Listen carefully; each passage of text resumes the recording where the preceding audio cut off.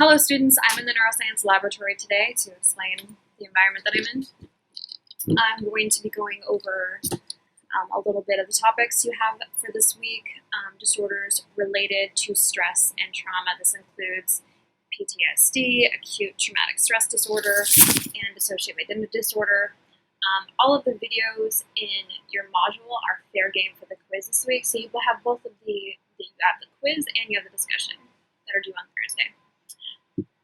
The discussion, which starts today, and hopefully you've already begun to engage on the topic, is related to the biological systems underlying your stress response. So everyday stressful activities. The example that I gave in the discussion is when you're late for class and you haven't yet completed the assignment that's due that day. As you can imagine, that's a very stressful event. So I want to know what's going on with the biological systems in that situation. And this includes an examination of the autonomic nervous system. So that's the sympathetic nervous system and the parasympathetic nervous system, responsible for getting you into that flight or fight mode.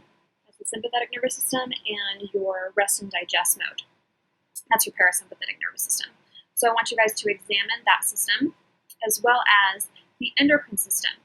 The endocrine system is the HPA axis, so hypothalamic, pituitary, adrenal cortex. All of the hormones that are going through that cascade. I want a discrete, critical examination of what's going on all along the cascade of the HPA axis. So lay out for me exactly where things are occurring, what hormones are being released, and what you engage in with the next organ of the HPA axis. So be very clear and detailed in your explanations. I also really want to encourage you guys to start early in the week on the discussions. This is both to help your grades as well as everyone else's learning outcomes. The more I see you guys engage, the more impressed I am. When you guys can really help each other learn, I'm very happy.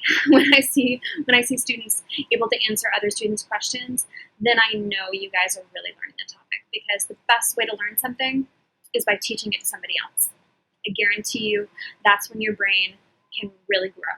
That's when you can really change your brain and make it stronger, make it faster, so that you know those concepts very deeply, because you're not only able to remember it for yourself, but you can teach it to someone else so that they can remember it. So I highly encourage you guys to engage early on in the discussion so that you guys can get a thorough investigation going. And be sure to give other examples. I gave the example of being late for class and not completing an assignment, but I love it when students can come up with their own unique insights, their own unique examples, or pull from news stories or any kind of real-life event that is relevant for stress and arousal and these biological systems. So be free to open up the discussion to bring in another point of view or another example. So in this next part of the video, I'm going to be going over dissociative identity disorder, which is related to trauma and stress, because the majority of people who are diagnosed with dissociative identity disorder, or DID, experience some type of neglect or abuse. I'm going to go over what the disorder is, the models that can explain the disorder, including some of the controversy regarding where the disorder comes from, the origination of it in some individuals, state-dependent learning, and what are we currently doing to help these individuals. All right, so dissociative identity disorder. What is it? What are the models that explain it? And what is some of the controversy that we see surrounding these different models? I'm also going to discuss treatments that are currently being used. Dissociative identity disorder is associated with a severe form of disassociation from your identity, or a splitting of your identity. So all of us can experience mild forms of disassociation, such as daydreaming or becoming completely absorbed in a task so that you're no longer connected to what's around you. But DID is a very severe form of disassociation, where you have a lack of connection in thought, memories, feelings, actions, and sense of identity. Often this is associated with early life trauma. Specific DID symptoms are the presence of two or more distinct split personalities or identities.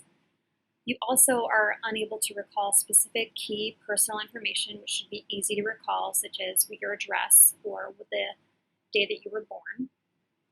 And you have distinct memory variations within each identity. So one personality may remember where you live and the other personality may not, and they may have complete intact memories from childhood, whereas the other personalities do not. Identities can be very distinct in terms of age, sex, race, mannerisms, as well as the type of speech used. The DSM criteria includes this fracturing of personalities into two or more distinct states or identity states, and the problems of memory, the inability to recall personal information or day-to-day events that is way beyond what is typical or normative for people forgetting where they put their keys, for example. That's normal. In DID, it's very severe to the point where it causes a great deal of stress and impairment for the individual, such that their relationships are unstable and they often cannot hold down employment. They also have to exclude the possibility that the symptoms are due to being on a psychoactive substance or another known medical issue. Many other psychological illnesses are comorbid with dissociative identity disorder, including depression, anxiety, suicidal thoughts or ideation, meaning the fantasy of killing oneself or planning it, thinking about planning it, and suicide is significantly higher in this population than the normal population.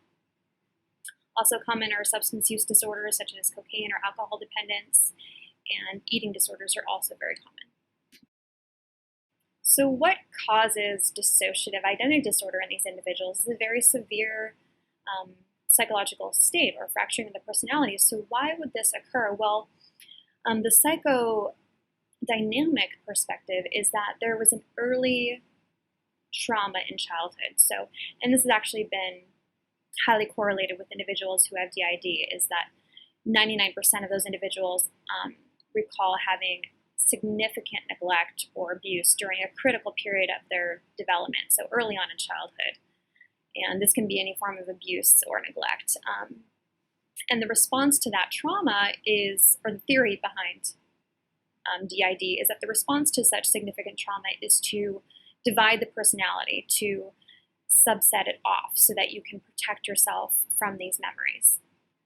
However, it is concerning that not all people who have DID have trauma or neglect. So there's something else going on. It's not as simple as, well, you experience childhood neglect and that's the reason. There's often more than one factor to consider when looking at the development of a disorder. Another model which attempts to explain DID is the sociocognitive model, which suggests that DID is a simulation or a manufactured disorder caused by high susceptibility and fantasy proneness within the individual. So the person is very much influenced by expectations of others, and they are prone to fantasizing about life and identity and being someone else and living somewhere else, and that they just have a vulnerable personality type. This model also suggests that psychotherapists often are suggesting to their patients to act out these personalities and can have an impact on creating or manufacturing the disorder. And media and social factors in the culture can also influence these types of individuals to create someone who seems to have split personalities, but this is in fact a manufactured situation. Due to many clinicians believing that DID is a manufactured disorder and not a true psychological illness, there has been proposals to prevent DID from being included within the DSM-5. So the question is DID an artifact of other circumstances? Meaning, is it a circumstance of the patient just being highly influenced and prone to fantasy? And is this encouraged by the clinician? We definitely don't want to be creating or manufacturing disorders that do not in fact exist naturally in the patient for their own reasons, but therapy is actually making them worse or labeling them into something that is unnecessary. Even if DID is caused by social cultural factors or the therapist's interventions, that does not necessarily mean that DID does not exist. It just means that that's another way DID can develop. And in fact, a research article, Reinders et al. In 2012, studied things like personality factors, people who are prone to fantasize, and they found that those things were not at all related to the symptoms of DID. So there isn't much support for the socio-cultural model of DID. However, it has been significantly found that trauma is a component for most people suffering from the disorder. Another theory to explain DID is state-dependent learning. So perhaps some individuals with DID are more sensitive to state-dependent learning, and this can contribute to the symptoms of memory dysfunction in DID. So state-dependent learning is the situation where you recall information better if you're in the same state as when you learn the information. So for example, if you study while chewing gum, you'll do a better time on your quiz, you'll do a better job of recalling the correct information if you chew gum while you take the quiz. Recreating the same state as when you learn the information is critical for your performance. So it's been suggested that individuals with DID may be completely reliant on state-dependent learning to recall personal information, which could explain their inability to recall events in some personalities but not others. And so DID develops as a way to adapt to their learning deficits. Essentially, these people are required to switch between personalities in order to recall information that they learned at different times in their life or different points of trauma. So they have to constantly be switching in order to retrieve information to get at the same state as they originally learned it. This model is interesting in terms of the memory retrieval issues of DID. However, there isn't a huge amount of research to support this model. More research is hugely needed for dissociative identity disorder. Currently, there are no effective treatments available. There's no cure for this disorder. The most common treatment used is talk therapy, specifically psychotherapy.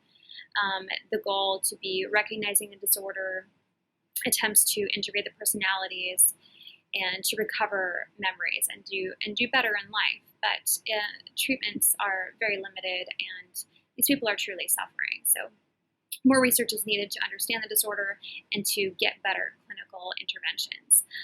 In addition, there is no biological explanation for the disorder right now, and there are no pharmacological or medical treatments or medication treatments currently being prescribed. Disorder is a very significant life impairment for individuals who are diagnosed with the disorder. There is much controversy around it being included in the DSM-5 as a true mental illness, and you can go read about that and look up other articles. I highly recommend it. It's a very interesting, fascinating topic.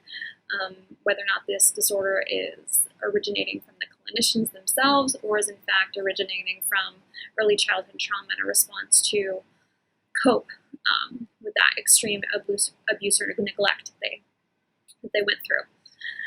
So I encourage you to engage in your discussions soon on the autonomic nervous system and the endocrine system response to flight or fight, and how we can compensate for stress with our biological systems. And I look forward to reading all of your posts, and good luck on your quiz on Thursday.